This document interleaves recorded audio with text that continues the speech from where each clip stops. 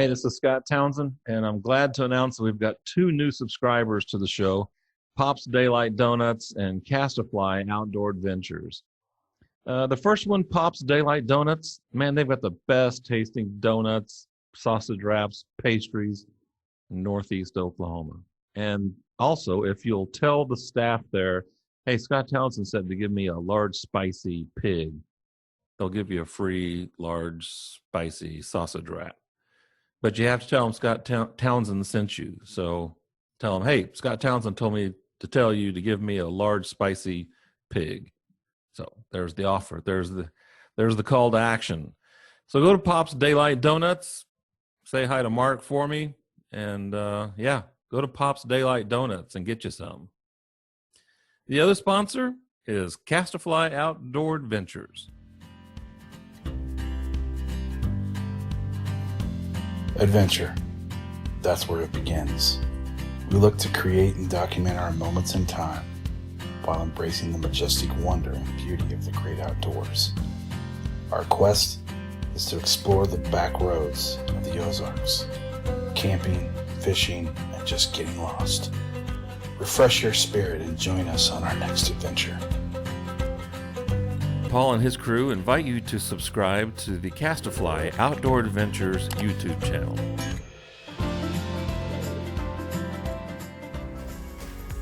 Welcome to the Scott Townsend Show, brought to you by Dietzo Man Productions.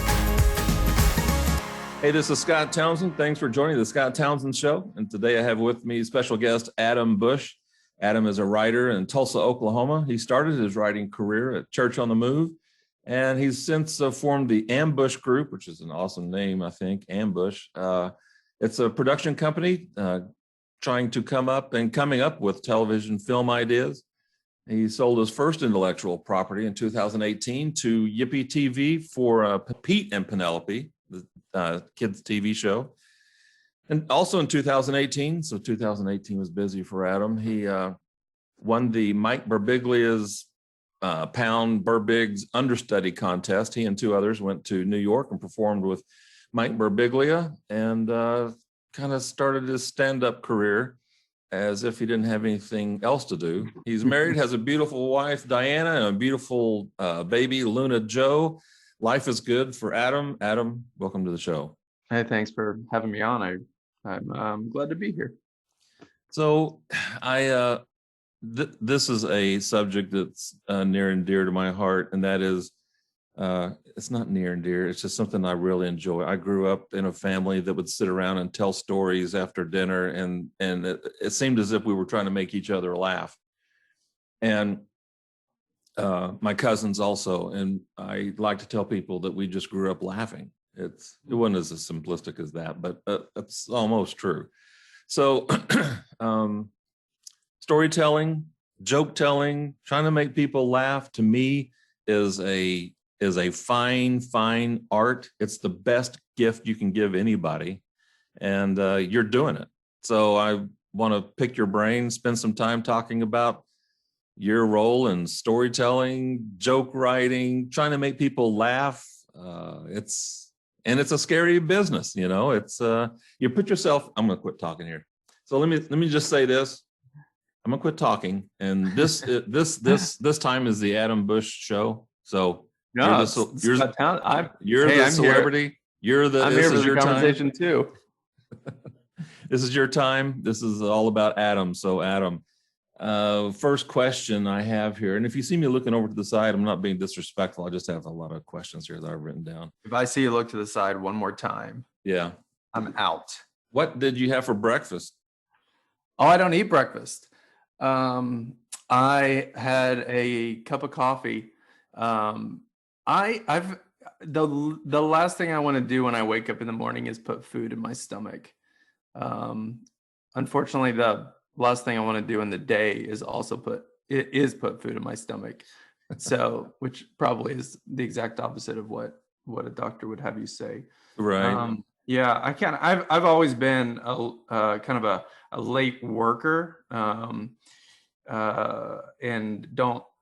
I just really hate, like, getting up in the morning is like my least favorite thing in the world. I never wake up and I'm like, my wife, she opens her eyes at 6:30 and just pops out of bed. My daughter too, and I'm just like, if I didn't have a responsibility, I would easily sleep till noon every day, and I would be fine with it.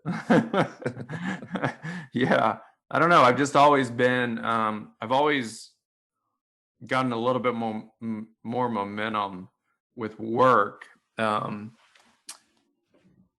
After work, like after 5, and I don't really have a traditional job, so I don't specifically work 9 to 5 every day. I never really have, but yeah, I just really enjoy, especially when Luna is 2, she's our only kid, and she goes to bed at 8, and I'm kind of ready to go. Like I'm ready to get working. I write some of my best stuff late in the evening, and even in bed, I don't do what my therapist says and turn my phone off in another room before I go to sleep. I'm a product of a generation of technology. I write everything on my phone. Well, most of it on my phone, so a lot on my computer. But so I lay down at night and my brain just doesn't really shut off. And I kind of just I'm in a season right now where I'm writing jokes, and so I'm just like writing as many jokes as I can think of every night. So that is a long way to answer the fact that I had a cup of coffee for breakfast. Let's go into storytelling real quick. We'll jump over to the jokes. And there's so much more than just those two, but those two are huge. What is it about storytelling that appeals to you? Why did you gravitate to it? Did it gravitate to you? I mean, how did you get, as a writer, kind of majoring on storytelling and helping others tell their stories? What is it about?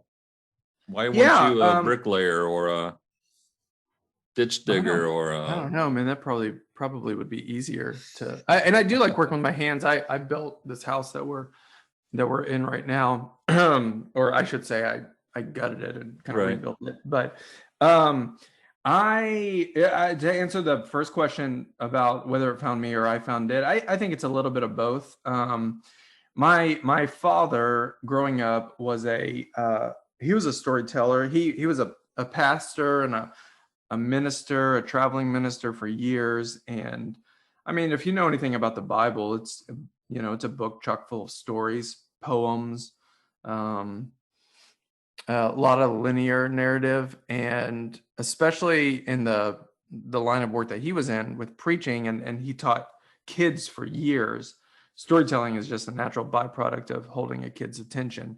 And so he was always telling stories. We would, I talk a lot about growing up. We traveled the country in a conversion van for years and just kind of lived in hotels.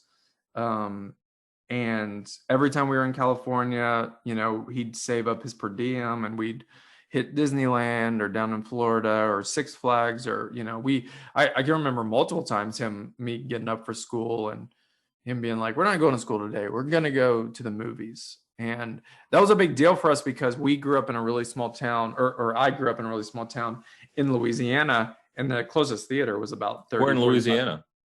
It was a little town called Minden. It was, it is just east of Shreveport. So okay. Real close to the Arkansas and Texas border. Right. So not quite Cajun country, but Cajun enough. Right. That Cajun enough that the food was awesome. Right.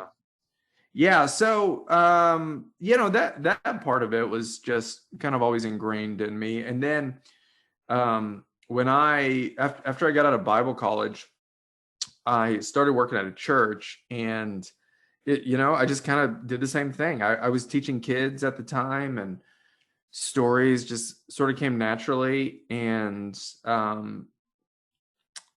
that just was that was just, when I look back at kind of my, just seasons of life, storytelling was always just like a really big part of it.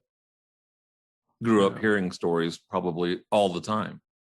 Yeah, I heard a lot of stories. I'll tell you where it really changed for me in let's see, I'm 39 now. So sometime like around 30, I went to Vancouver and I listened to this guy named Matthew Lunn, who worked at Pixar at the time. He had worked there for 20 years, and he had worked on all the greats, Toy Story and Monsters Inc. and just, every film that I kind of grew up watching.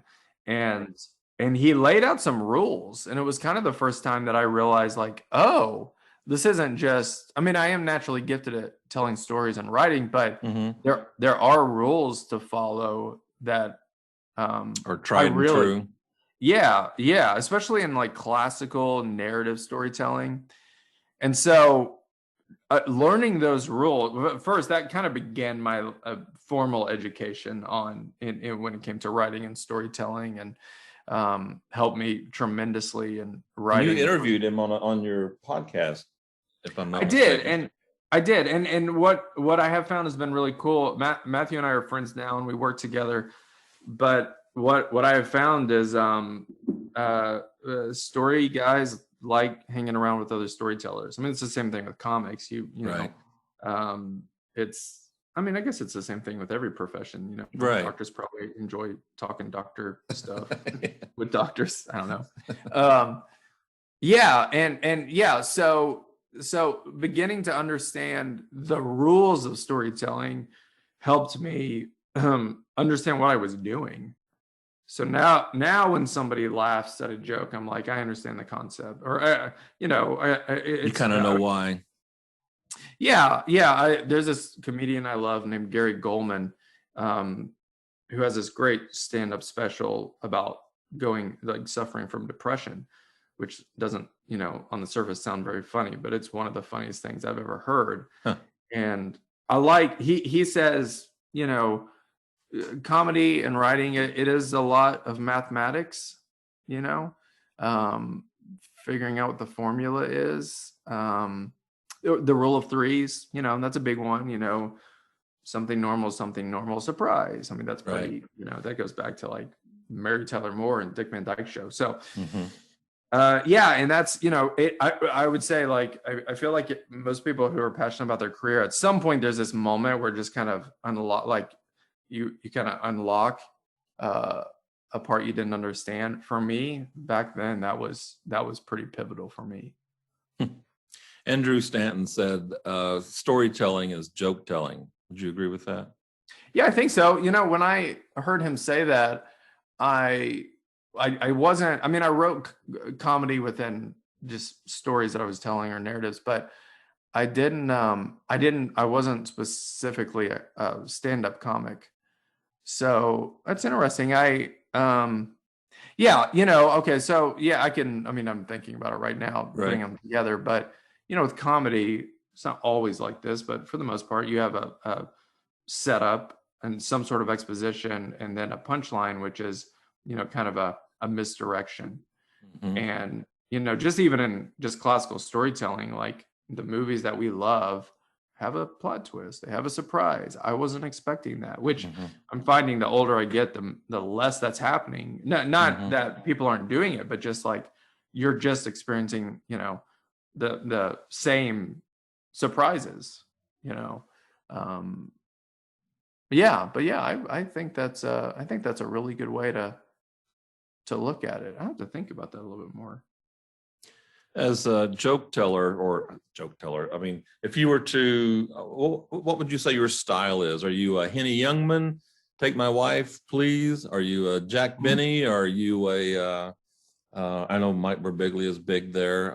What style? Jerry Seinfeld, Stephen Wright, Dave Chappelle. What is your style, would you say? Well, and you have your own style, so I'm not trying to say that, you're trying to match up to one of these other guys, but which ones can you most readily identify with? Steve Martin or who, Yeah, man, I think it's also interesting, just the ones you named at the beginning that's pretty, you're going pretty far back. Jonathan yeah, that's good. Lenny Bruce. Yeah. I don't know. And I think it's because I haven't been doing it long enough. They're kind of one of the common understandings that I've experienced just over the last few years has been that it takes you many years to really understand who you are as a comedian. I think I have a bit of an advantage because I've just been telling narrative stories for 15 years. So that does help me a lot. And I think it's probably the reason that I won the Birbiglia contest over just other people who had been stand-up comedians. I mean, at that point, I hadn't been a comic at all. And there were other, working comics that had. So it was you and two others that went. Yeah. So it was pretty awesome. So Take us down that. Tell us the odyssey of the Mike Birbiglia experience. Yeah. So I started listening to Mike Birbiglia about 15 years ago on This American Life, the radio program, which is still today my favorite radio program. I love Ira Glass, the host. He's my favorite storyteller of all time. And Mike had this really awesome story about his sleepwalking disorder. He suffers from, I can't remember or pronounce the very rare condition that he suffers from, but basically he will think that what he's dreaming is actually happening to him, and he will get up and start sleepwalking his way in response. And so it kind of came to a climax. He thought a missile was coming at him, and so he jumped out the second story window of a La Quinta Inn in Washington State. And you have to say it like that, La Quinta. La Quinta, yeah. Yeah, he's got a great, and you should listen to it. Sleepwalk with Me is a movie that he wrote and starred in. It's based on that whole thing. So I started listening to him, and it was the first time I had listened to other stand-up comedians. I mean, Seinfeld was probably the first one that I kind of fell in love with, and then Robin Williams, of course, was huge when I was growing up. But the thing that was different about Mike is he wasn't telling as many setup punchline jokes like in the New York comedy scene. The idea is every 10 seconds you're making somebody laugh, and if you're not, then it's not going great. It's not a hard and fast rule, but that's a pretty strict rule that a lot of those guys live by. He wasn't specifically like that, and what I found was that he was really getting you invested into his life. He was telling stories and making jokes about things nobody else could make jokes about because they didn't have that sleepwalking disorder, or they didn't have this specific relationship, or they don't like pizza the way that he likes pizza. And it was the first time that I realized, oh, okay, I could see this being different. I've always gravitated more towards stories. It's what happens at a party. Like I'm pretty silent at large gatherings, but if someone will say, "Hey Adam, tell everybody that story about how you went to jail," or "Hey Adam, tell everybody that story about how you went to jail the second time," I would just find that I'm good at this. And what I think is kind of a big learning here, and I think a lot of comics have experienced this who have gone before me. I mean, I'm a professional writer, but I'm not a professional comic. I don't make my living off of it. But what I began to see through Birbiglia and Pete Holmes and Tig Notaro is they would tell a really long story, but the longer they took, the greater the payoff was going to be. And I think that's probably the main difference between the older comics and some of the guys that we all follow now. I mean, like I was mentioning Gary Goldman. I mean, at the end of his special, you're you've laughed, but also you have a newfound respect for anyone who's suffering from depression. So anyway, that wasn't even the question you asked me. So anyway, I started listening to Mike, and then 3 years ago, he was on Fallon, and he was promoting his one-man show called The New One, which is a story about not wanting to have a baby and then having a baby. And he said, we're doing a contest, make a video of yourself doing one of my bits, upload it to Instagram, and I'm going to pick my favorite one. You're going to come open for me in New York. And so I did that, and I won. And when I got there, Ira Glass introduced me, and two other people. It was great because there were two other people who had entered, and they did something a little different, and it was great. Mike and Ira were just like them too. So I met this great comic. who is a working comic, and then another girl who was she was singing in her audition, and she sang about a bear or something. Yeah, about a bear. She sang Mike's story, and then the other girl, she did it all in Italian, and which was the way that, I mean, the fact that you could watch it, not understand Italian, and know what she was talking about was great. Almost like slapstick. Yeah, very physical, and I don't have a lot of physical comedy in my set. At least I don't right now. So yeah, so I opened for Mike with his material, and it went great. And our very first one, this first one that we're going to bring out, when we saw his video, like, oh, he could actually be the understudy. His name is Adam Bush. He's from Tulsa, Oklahoma. Please welcome him.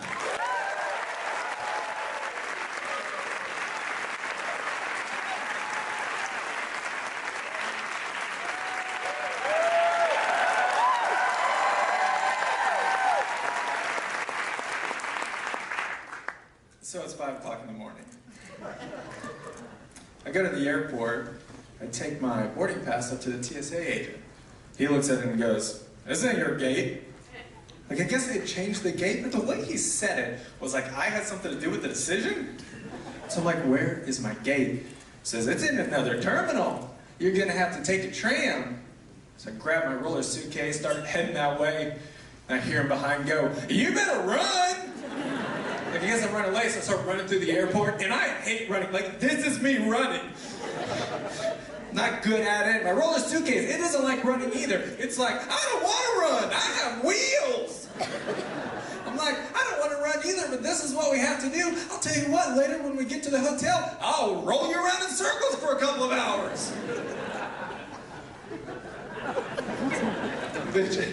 Eventually we get to the tram. It's got one of those things at the top that says, next tram, 0 minutes. I'm like, perfect, that's the exact amount of time I want to wait. But then I realized the tram's actually rolling away, and I'm like, wait a second, that's negative 1 minute! 10 minutes later, I get on the next tram, and I hop into the gate, and I'm sweaty, and I'm out of breath, but I'm on time. So I sit down, and I fall asleep.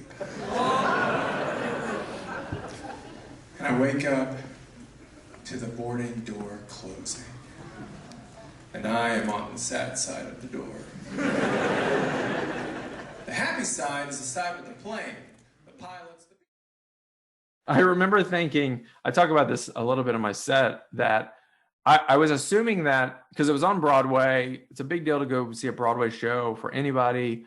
And I remember thinking, this is going to be really disappointing to the audience. They've flown from all over the country or world to see this comedian they love. And then they find out, but first, there's a kid from Broken Arrow who's never done stand-up before, except one time he did a sketch at a kids camp with a puppet. And just being like, I don't want this guy. But right before I went out on stage, Mike came up and he goes, "Hey man, you can't mess this up, because whatever you do, that's the show, and it's going to be great." And there is something about live comedy or live performing that I believe that statement is true. Like, one of my favorite things in the world is to go to our local open mics. Someone just pour their heart into a new bit that they've been writing, and they're just bought in, and it bombs. And they just look at the audience and goes, okay. And it's just a very real moment. And yeah, and the crowd, they were great. I mean, they wouldn't remember me from Adam, but I stood there for a long time waiting for them to stop cheering. And I don't specifically think they were cheering just for me as an individual. I think that they were cheering for me as a representative of them. That there's just a few feet between us. You could easily be up here, and right after I'm done with my set, I'll be out there. you know. So what was it like standing up on stage, going up to the proscenium or whatever you call it? You've got the 3 levels or whatever. All these people looking at you, and you're the spotlights, you know, you probably can't see everybody because the lights are so big or so bright.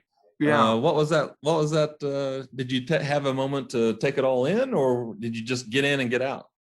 Yeah, I took a moment, you know, I mean, with them taking a while to cheer, there was a good moment there where I was able to look around and just, you know, soak it in. I knew, you know, it was on Instagram Live at when we did it, and so I knew my friends back home were watching. My wife was in the audience, and I thought of something that Seth Barish said. Seth Barish was the director of the show. He's one of Mike's consulting producers. He's an amazing actor and teacher. He has a great book out. When we rehearsed, he said, "You're doing great. There's a balcony, and then there's another section above them. You got to include them."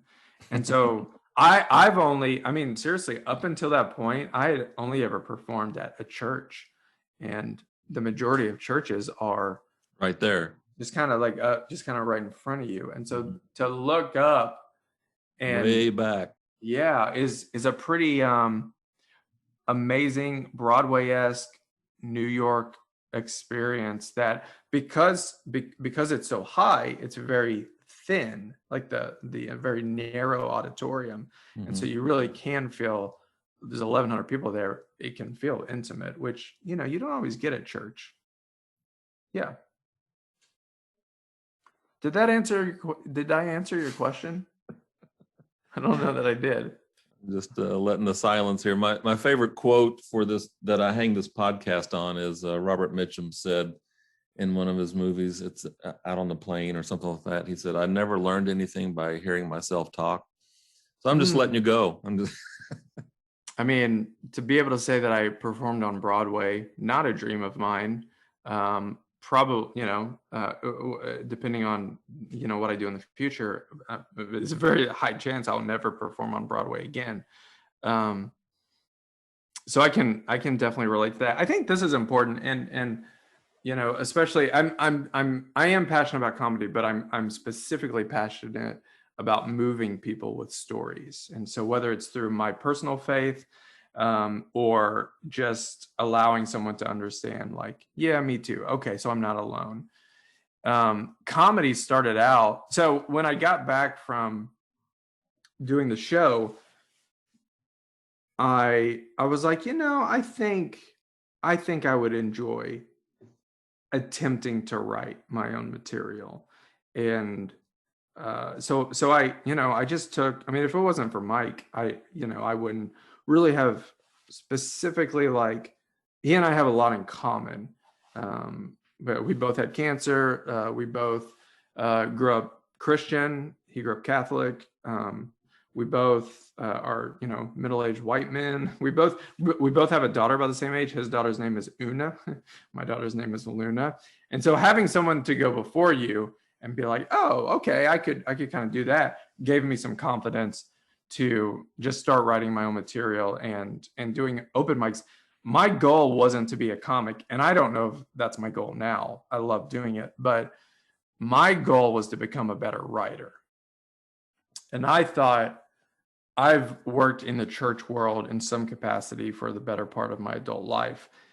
And honestly, it's not that hard to make people who go to church, who are sitting in church, laugh. You have a lot going for you. One, if it's a church you go to, they know you and they're bought in.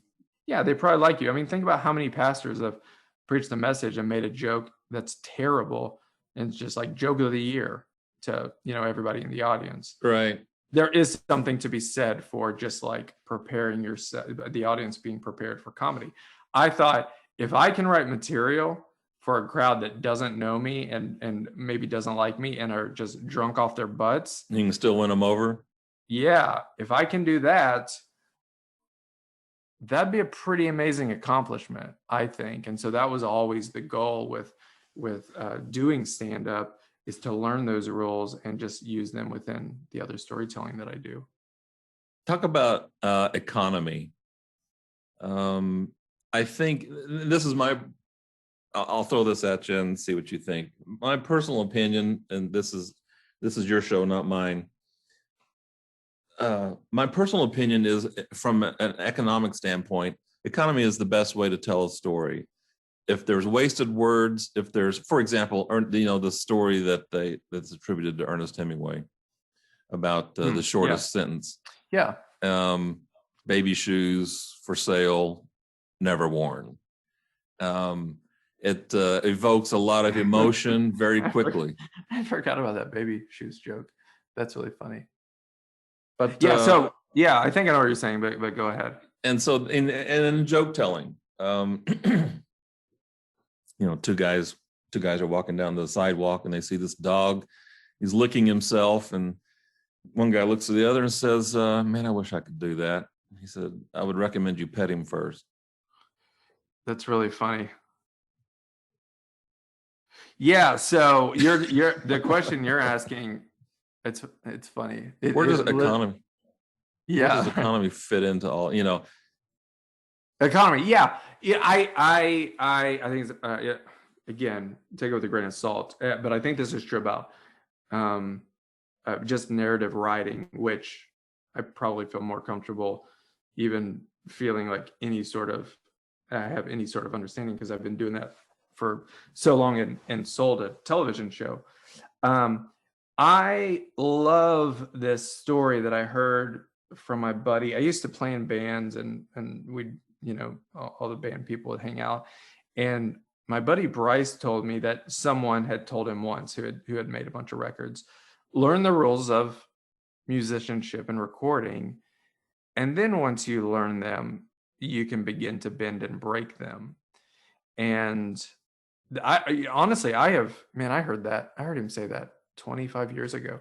And I think about that line all the time, because it is true. It's definitely true with writing and comedy. Figure out what a story spine is. Figure out, what makes a great inciting incident.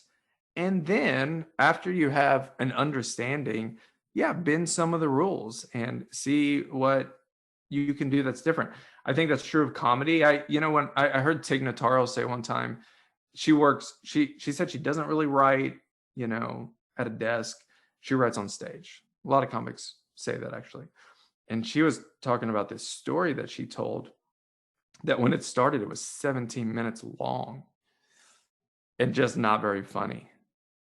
And the more that she honed it in, obviously, the shorter that it got.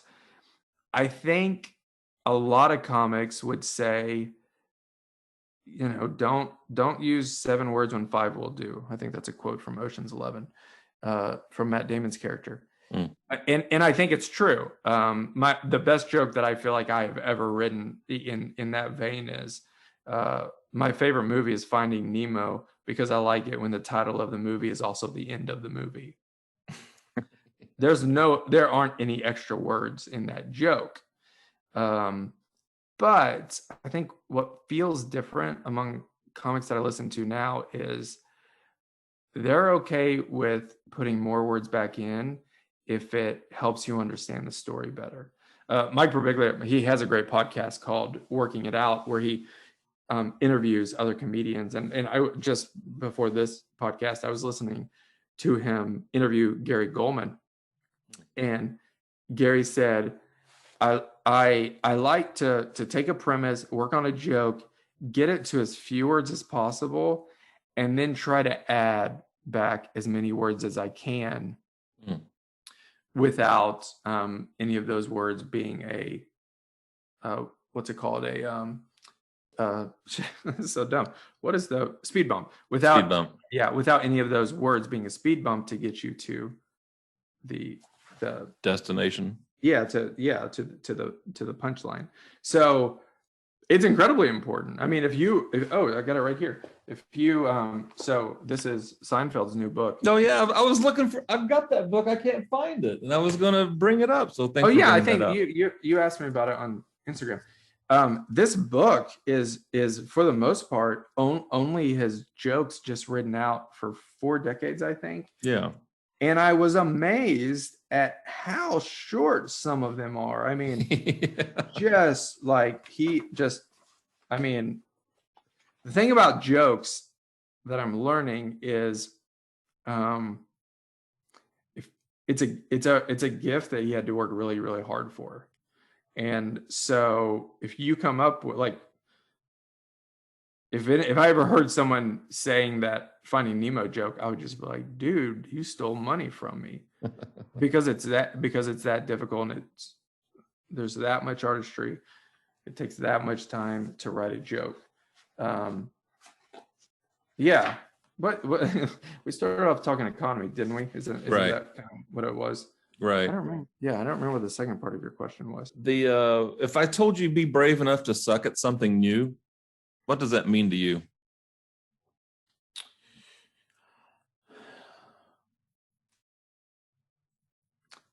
That's a really good question.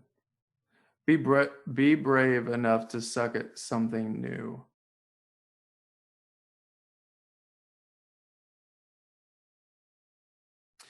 Yeah, I mean, there's the old adage, and it sounds cliche because I guess it's become cliche, but cliches are cliches for a reason. They regularly communicate a truth. Failing. My experience has been failing at something doesn't specifically mean that it's not specifically a negative. Here's a really good story. Anytime I have to teach something or tell or respond to somebody's answer and I don't really know how to say it, then I tell a story. I went my first year of doing comedy. I went to New York because in Tulsa, the comedy scene is very alive, but really it's in comparison to New York or LA, it's non-existent. Right. So I went to New York, and my goal was just, I'm going to do as many open mics every day that I'm here as I can. And I did. I got booked on a show. How that happened, I have no idea. But I got booked on a show at the Broadway Comedy Club, for a real show with real paying audience members and other comics who had worked on Fallon or SNL or whatever. And I've got 7 minutes, which is an eternity. Mm-hmm. And the guy introduces me. He's like, this next guy's real funny. He didn't know me from anyone, but he's a great MC. Real funny guy, Adam Bush. I get up there and I say, what's up, everybody? I'm Adam. I'm from Louisiana. And somebody in the crowd goes, woo! And I go, nope, not the appropriate response. If you'd been to Louisiana, you would know that. And just immediately, the crowd was on my side. It was going great for 3 minutes.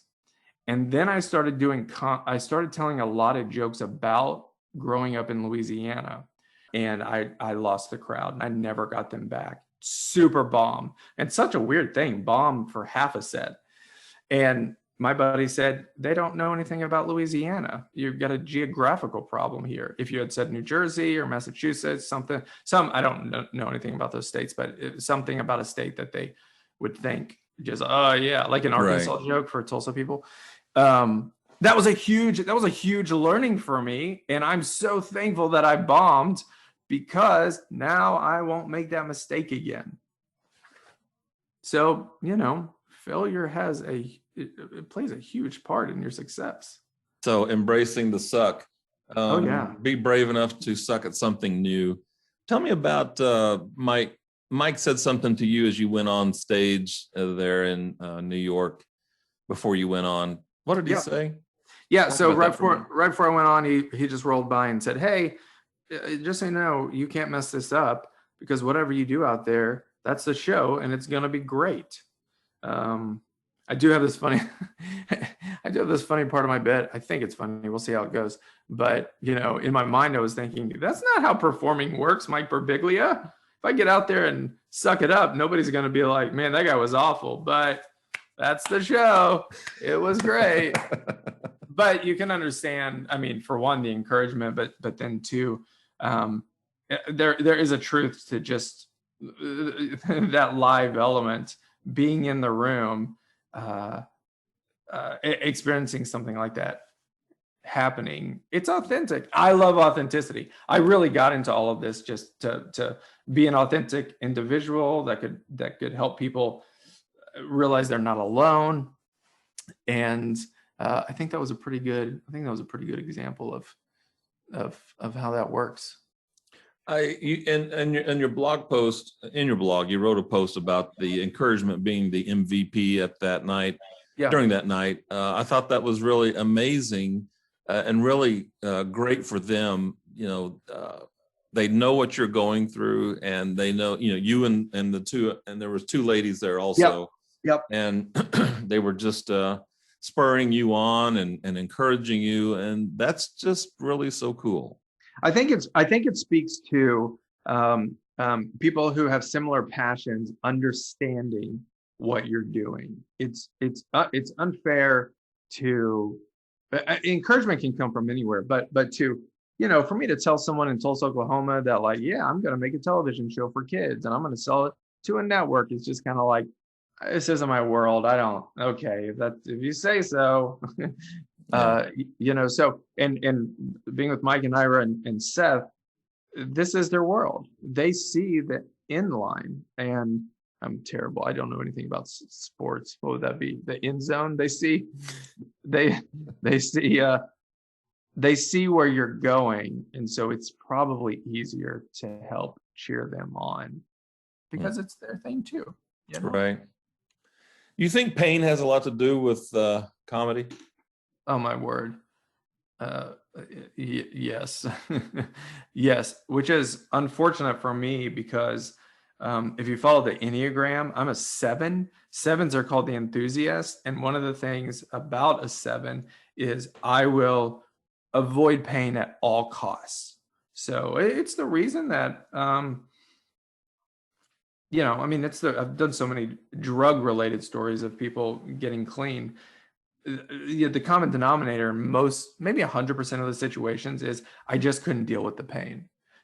Whether they say that or not, it doesn't matter. But I lost my husband, so I drink myself to sleep at night. Or my father has always said, "You're stupid." Well, okay, fine. I'm going to get high every day, and it turns into a big problem. But I think, especially for me, if you can walk through the pain instead of using escapism to get away from it, if you can walk through it, not only do I think you'll find more freedom in different parts of your life, but as a comic and a writer, I just experienced something that is not only specific to me. There's a lot of people who have dealt with, like my father passed away. He's a big part of my set. There are a lot of, who hasn't lost someone that they love? Right. And so to walk through that pain and then to be able to be vulnerable with the way that it made you feel, not just what happened, the way that it made you feel is invaluable. I think it's invaluable just to relationships, but it's specifically, in this case, really invaluable to my writing and my comedy, because if I can connect with someone about an insecurity, their guard will be down, and then I can bring in a joke and make them laugh, and we're all the better, I think. I know when I was growing up, I learned self-deprecating humor because my legs, when I ran, I would always say I looked like an egg scrambler. I mean, my legs were just doing this, as I ran. Yeah. And so and kids would tease me. So what I learned to do was to tease myself in front of them before they got to me. And so out of that situation and other situations, I learned how to be funny and how to use humor to disarm them, and beat them to the punch. And then they, took all the air out of the room, it kind of helped the situation, and then they would just move on. I wasn't an easy target because I made myself the target, Yeah. Man, there's a lot to unpack there, Scott. Maybe I have a whole nother podcast about well, let's not do it now, but using comedy. we'll have you on. You can interview me sometime. How about that? That's great. Yeah. Well, Adam, if anybody wants to follow you, how do they get in contact with you? How do we follow Adam Bush? Yeah, so adambush.co has my next show that I am doing, so you can buy tickets to that. That's kind of always going on. And then, I'm very active on Instagram. Just search Adam Bush, and we can talk there. You'll probably, if you follow me on Instagram, you're going to find out a lot about my life that is helpful for when I do a joke about it. Right. All right. Well, Adam, thanks for your time. Thanks for your generosity. Thanks for being a great guest, and would love to have you back sometime, and let's talk about some of your experiences between now and then. That's great. Thanks, Scott. I appreciate it. Well, for Adam Bush, this is Scott Townsend. Thanks for joining the Scott Townsend Show, and we'll talk to you later.